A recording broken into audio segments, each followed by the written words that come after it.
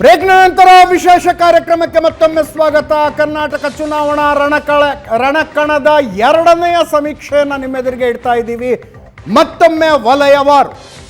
ಬ್ರೇಕ್ಗಿಂತ ಮುಂಚೆ ಮಧ್ಯ ಕರ್ನಾಟಕದ ಸಂಖ್ಯೆಗಳನ್ನು ತೋರಿಸಿದ್ವಿ ನಿಮಗೆ. ಕಳೆದ ಸಲ ಬಿಜೆಪಿ ಕ್ಲೀನ್ ಸ್ವೀಪ್ ಮಾಡಿತ್ತು. ಈ ಸಲ ಬಿಜೆಪಿ ಅಲ್ಲಿ ಸ್ಥಾನಗಳನ್ನು ಕಳೆದುಕೊಳ್ಳುತ್ತೆ. ಅದರ ನೇರ ಲಾಭ ಕಾಂಗ್ರೆಸ್ಸಿಗೆ ಆಗ್ತಾ ಇದೆ.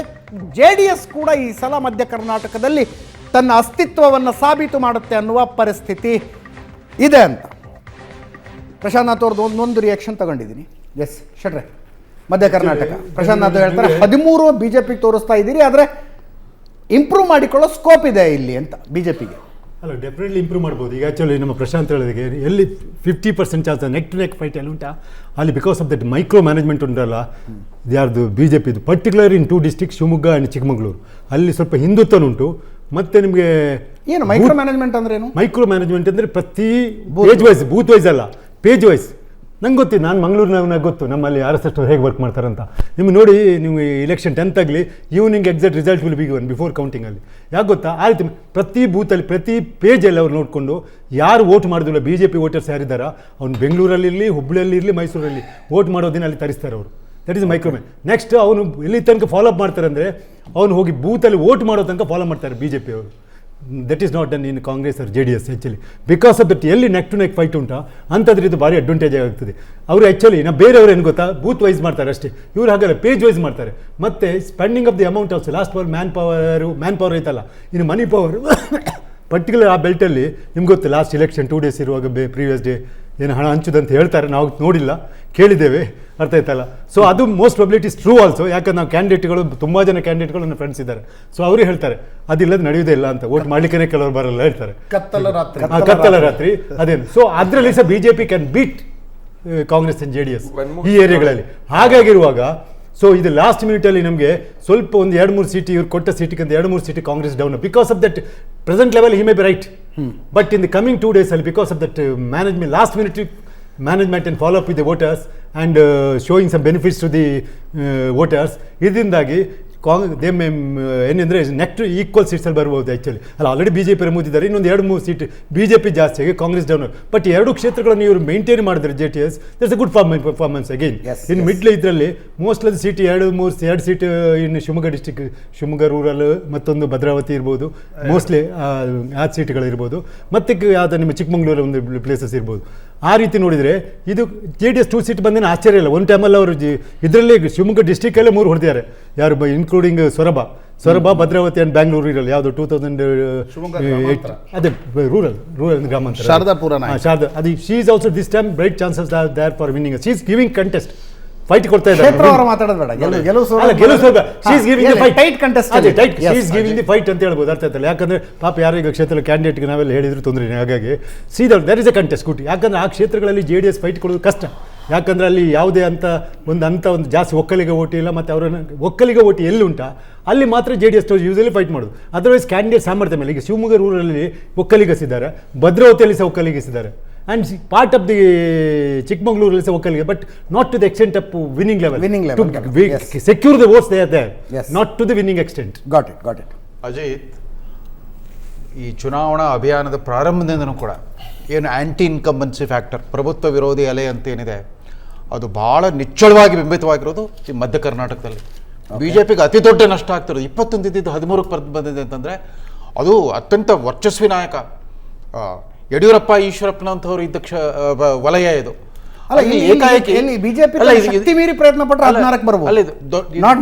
ದೊಡ್ಡ ಡ್ಯಾಮೇಜ್ ಆಗ್ಲಿಕ್ಕೆ ಕಾರಣ ಅಧಿಕಾರ ಹಂಚಿಕೆಯಲ್ಲಿ ಸ್ವಲ್ಪ ವಿಫಲತೆ ಆಯಿತು. ಚಿತ್ರದುರ್ಗದಲ್ಲಿ 6 ಸಾರಿ ಗೆದ್ದಿರೋರು ಕೂಡ ಮಂತ್ರಿ ಆಗಕ್ಕೆ ಸಾಧ್ಯ ಆಗಲಿಲ್ಲ. ಅಲ್ಲಿ ಮಂತ್ರಿ ಆಗಿದ್ದವರು ಬಳ್ಳಾರಿಯಿಂದ ವಲಸೆ ಬಂದಿದ್ದು ಚಿತ್ರದುರ್ಗಕ್ಕೆ. ಅಲ್ಲಿ ಭ್ರಮನಿರಸನ ಇತ್ತು BJP ಶಾಸಕರಿಗೂ ಕಾರ್ಯಕರ್ತರು ಕೂಡ. ಇದರಿಂದ ದಾವಣಗೆರೆಯಲ್ಲಿ ಯಾರೂ ಮಂತ್ರಿಗಳಾಗಲಿಲ್ಲ. ಅದ್ರ ಜೊತೆ ಮಾಡಾಳು ವಿಪಕ್ಷ ಸೇರ್ಕೊಂಡ್ಬಿಡ್ತು. ಶಿವಮೊಗ್ಗನ ಇರೋ ಮಂತ್ರಿ ಸ್ಥಾನ ಶಿವಮೊಗ್ಗದವ್ರು ಹಂಚ್ಕೊಂಡ್ಬಿಡ್ತಾ ಇದ್ರು. ಮೊದಲು ಯಡಿಯೂರಪ್ಪ, ಈಶ್ವರಪ್ಪ ಇರ್ತಿದ್ರು. ಯಡಿಯೂರಪ್ಪನವ್ರು ಬಿಟ್ಟ ಮೇಲೆ ಆರ್ಗ ಜ್ಞಾನೇಂದ್ರ ಬಂದ್ಬಿಟ್ರು. ಉಳಿದ ಜಿಲ್ಲೆ ಶಾಸಕರು ಮತ್ತು ಕಾರ್ಯಕರ್ತರಲ್ಲೂ ಭ್ರಮನಿರಸನ ಇತ್ತು, ನಿರಾಸೆ ಇತ್ತು, ಹತಾಶೆ ಇತ್ತು. ಅದೆಲ್ಲನೂ ರಿಫ್ಲೆಕ್ಟ್ ಆಗ್ತಾ ಇದೆ. ಆ್ಯಂಡ್ ಜನರ ಸಾರ್ವತ್ರಿಕ ಭ್ರಮನಿರಸನ ಇದು BJPಗೆ ಭಾಳ ದೊಡ್ಡ ಪಾಠ. ಮಧ್ಯ ಕರ್ನಾಟಕರು ಈ ಪ್ರಮಾಣದಲ್ಲಿ ಕಳ್ಕೊಳ್ತಾ ಇದ್ದೀವಲ್ಲ. ಅವರು ಯಡಿಯೂರಪ್ಪನವರ ಶಕ್ತಿ ಕೇಂದ್ರ ಅದು, ಆ ವಲಯ.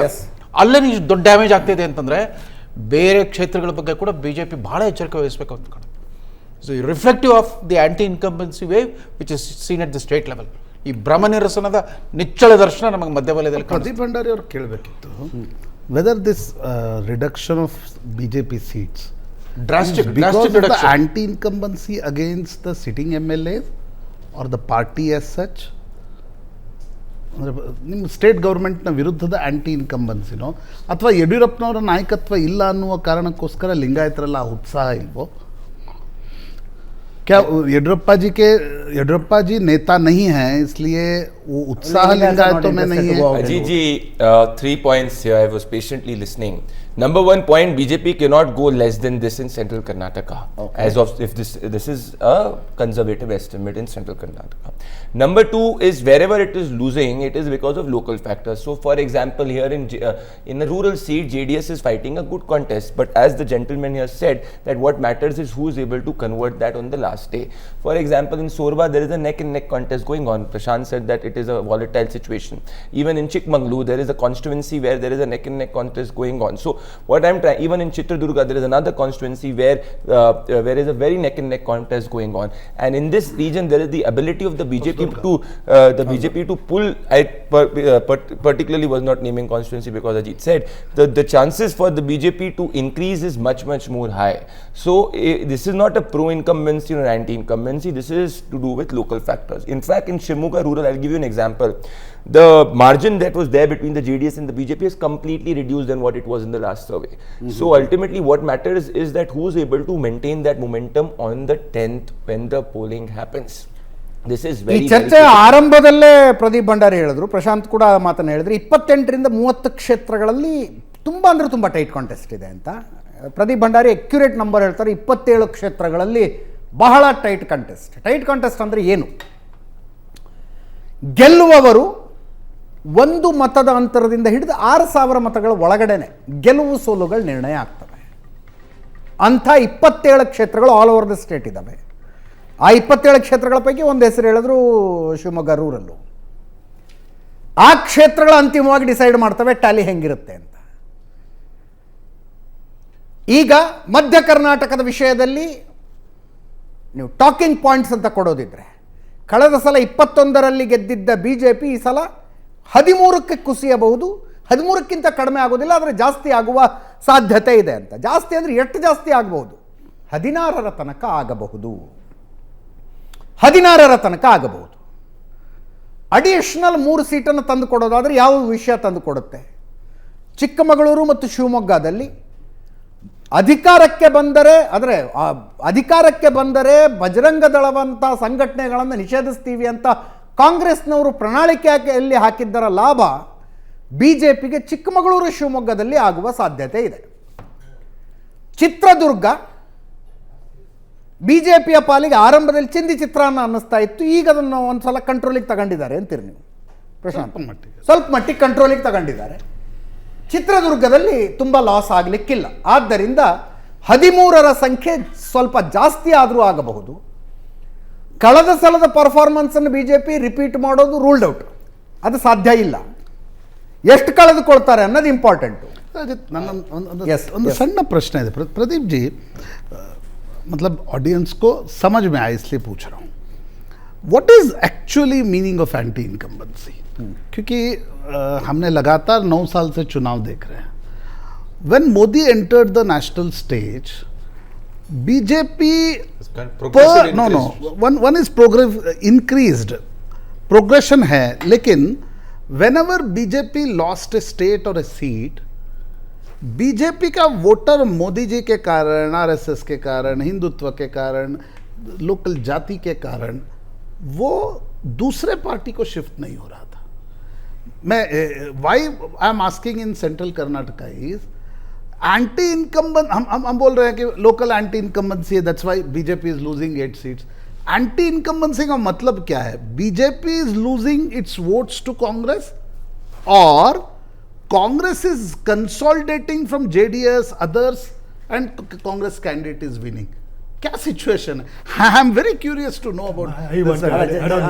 Just to add to his numbers, 2013ರಲ್ಲಿ BJP ಹೊಡೆದು 3 ಹೋಳಾಗಿದ್ದಾಗಲೂ ಕೂಡ ಕಾಂಗ್ರೆಸ್ ಫುಲ್ ಮೆಜಾರಿಟಿಲಿ ಅಧಿಕಾರಕ್ಕೆ ಬಂತು, ಆದರೆ ಬಿಜೆಪಿಯಿಂದ ಕಾಂಗ್ರೆಸ್ಸಿಗೆ ಹೋಗಿದ್ದ ಮತಗಳು ಎಷ್ಟು ಅಂದರೆ 1% ಅವ. Central Karnataka, it was 0.8%. 0.8%, yes. 1.8% in Hyderabad, Karnataka. 0.9% in Mumbai, Karnataka. ಬಿಜೆಪಿಯಿಂದ ಕಾಂಗ್ರೆಸ್ಗೆ ಶಿಫ್ಟ್ ಆಗಿರ್ತಕ್ಕಂಥ ಎಸ್ ಎಸ್ 2013 Ajit ji. ಬಿಜೆಪಿ ಹೊಡೆದು 3 ಹೋಳಾಗಿತ್ತು. ಒಂದು ಆ್ಯಡ್ ಮಾಡ್ತೇನೆ ನಾನು.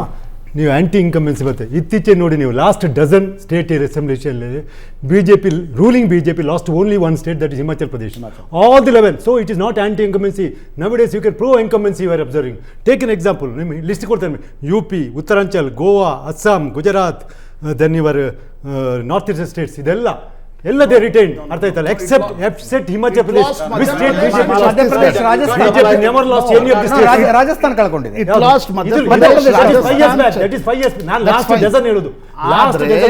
After last 2-3 years ಹೇಳುದು, that is 5 years back. Rajasthan. That's why I'm asking. That is 5 years back. Lost seats. It's not lost votes.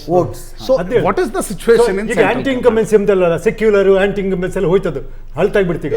ಈಗ ಇಟ್ ಇಸ್ ಸ್ಟಿಲ್ ನೋಡಿ ಎಲ್ಲೆಲ್ಲಿ BJP is ruling. Even you take ಈಗ ಬೇರೆ state ನೋಡಿ, West Bengal Mamata retain, even in other state Kerala marxists retain. ಈಗ anti incumbency ಒಂದು ಟೈಮಲ್ಲಿ ಇತ್ತು ಆಂಟಿ ಇನ್ಕಂಬೆನ್ಸಿ, ಈಗಂತಲ್ಲ. ನಾನು ಆಂಟಿ ಇನ್ಕಂಬೆನ್ಸಿ ಅಂಡ್ ಸೆಕ್ಯುಲರ್ ಎಂಬ word it has become stale. Ajit, ಒಂದು ಸ್ವಲ್ಪ ಒಂದು ಭಿನ್ನವಾದ ಅಂಶ ಇದೆ. ಒಂದೇನು ಗೊತ್ತಾ, ಇದು ಆಪರೇಷನ್ ಕಮಲದ ಸೈಡ್ ಎಫೆಕ್ಟ್ ಕೂಡ. ಲಾಪ್ಸೈಡೆಡ್ ರೆಪ್ರೆಸೆಂಟೇಟಿವ್ ಆಗ್ಬಿಟ್ಟು ಜಿಲ್ಲಾವಾರು ಪ್ರಾತಿನಿಧ್ಯ ಕೊಡೋಕೆ ಸಾಧ್ಯವಾಗಲೇ ಇಲ್ಲ. ಕೆಲವು ಜಿಲ್ಲೆಗೆ ಅತಿರೇಕವಾಗಿ, ಯಾಕಂದ್ರೆ ಕಾಂಗ್ರೆಸ್ JDS ಬಂದವರು ಏನಾದರೂ ಸ್ಥಾನಮಾನ ಕೊಡಬೇಕಾಗಿತ್ತು. ಹಾಗಾಗಿ ಬಿಜೆಪಿ ಶಾಸಕರಿಗೆ ವ್ಯಾಪಕವಾದ ನಿರಾಸೆ ಇತ್ತು, ಹತಾಶರಾಗಿದ್ರು. ತಿಪ್ಪಾರೆಡ್ಡಿ ಅವರು ಹೇಳ್ತಾರೆ, ನನಗೆ 6 ಸಾರಿ ನನಗೆ ಗೆದ್ದು ನಾನು ಆಗಲಿಲ್ವಲ್ಲ ಅಂತ. ಆ ಥರದ ನಿರಾಶೆ ಅನೇಕ ಕಡೆ ಇತ್ತು. ಇದು ಸೈಡ್ ಎಫೆಕ್ಟ್ ಆಫ್ ಆಪರೇಷನ್ ಕಮಲ. ಅಧಿಕಾರಕ್ಕೆ ನಾವು ಬಂದುಬಿಟ್ರೆ ಜಿಲ್ಲಾವಾರು ಜಾತಿವಾರು ಪ್ರಾತಿನಿಧ್ಯ ಕೊಡೋಕೆ ಆಗಲೇ ಇಲ್ಲ. ಬೆಂಗಳೂರಲ್ಲಿ ಮನಾಪಲಿ, ಬೆಂಗಳೂರು ಸುತ್ತಮುತ್ತ ಎಲ್ಲರೂ ಮಂತ್ರಿಗಳಾಗೋಗ್ಬಿಟ್ರು, ಅವರೆಲ್ಲ ಬಂದವರು. ಉಳಿದವ್ರು ಅಲ್ಲೇ ಕೂತ್ಕೋಬೇಕಾಗಿ ಬಂತು. ಇದು ಕೂಡ ಕಾಂಟ್ರಿಬ್ಯೂಟ್ ಮಾಡಿರುತ್ತೆ. ಪಕ್ಷದ ಬಗ್ಗೆ ಹುಮ್ಮಸ್ ಹೊರಟೋಗ್ಬಿಡ್ತು ಚುನಾಯಿತ ಶಾಸಕರಲ್ಲೇ. Now can I answer that? Yes. So many. What do you mean by anti-incumbency? ಆಡಳಿತ ವಿರೋಧಿ ಅಲೆ ಅಂದ್ರೆ ಏನು? I'll come to that, but there were a lot of comments which were made. See, in Himachal was a peculiar situation where for the first time in the history of Himachal election, in 35,000 votes, the entire election shifted. And it was BJP which defeated BJP in Himachal. That was not largely an anti-incumbency election. Otherwise, apart from 2 districts, BJP just was wiped out in 2 districts, largely in 1 district. That is number 1. Despite national president being number 2, please, sir, let me now complete. Number 2, please understand what is an anti-incumbency. Suppose if I am unhappy from Prashant, let's say Prashant is contesting from a party. I am a loyal follower of Prashant. I will not contest. Which is there. Prashant gets touchy on it. But imagine in a hypothetical situation. Let's say Mr. Shetty is contesting. Don't tell my name also. Which is there, he is contesting from the JDS. Okay. Now I am a loyal follower of the JDS hypothetically, and Mr. Shetty has not done work for me. Okay. And I am unhappy from him. Okay. But imagine that his boss, who's been his boss, I have an emotional I have an emotional connect with him, and he's like a fatherly figure for me, which is there, and I have that connect for 10 years, 15 years, 20 years. So I'm unhappy with this man.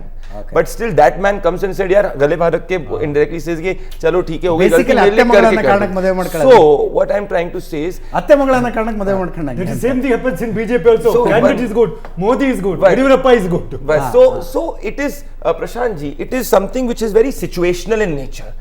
Is the effect so much that it allows the person to cross vote, or the person sits behind and does not vote, or the anti-vote which was going at other places consolidates? So in either of the 3 scenarios, that seat is lost.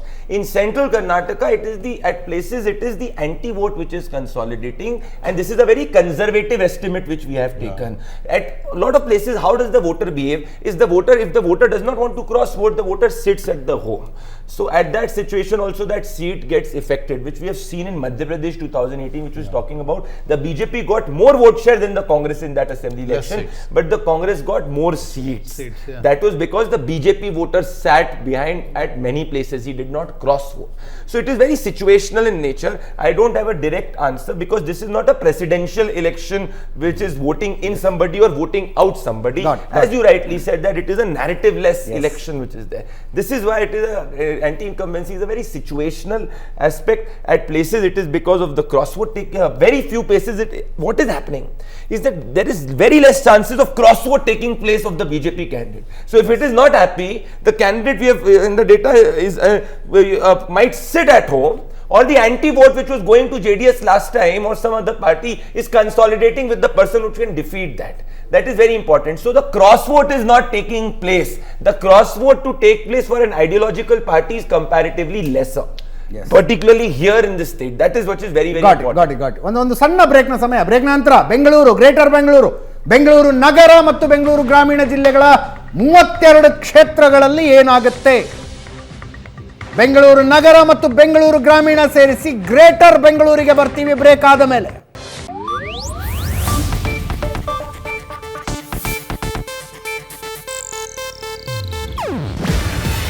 ಇದು Asianet news network ಪ್ರಸ್ತುತಿ. ನೀವು ನೋಡ್ತಿದ್ದೀರಾ Asianet ಸುವರ್ಣ news.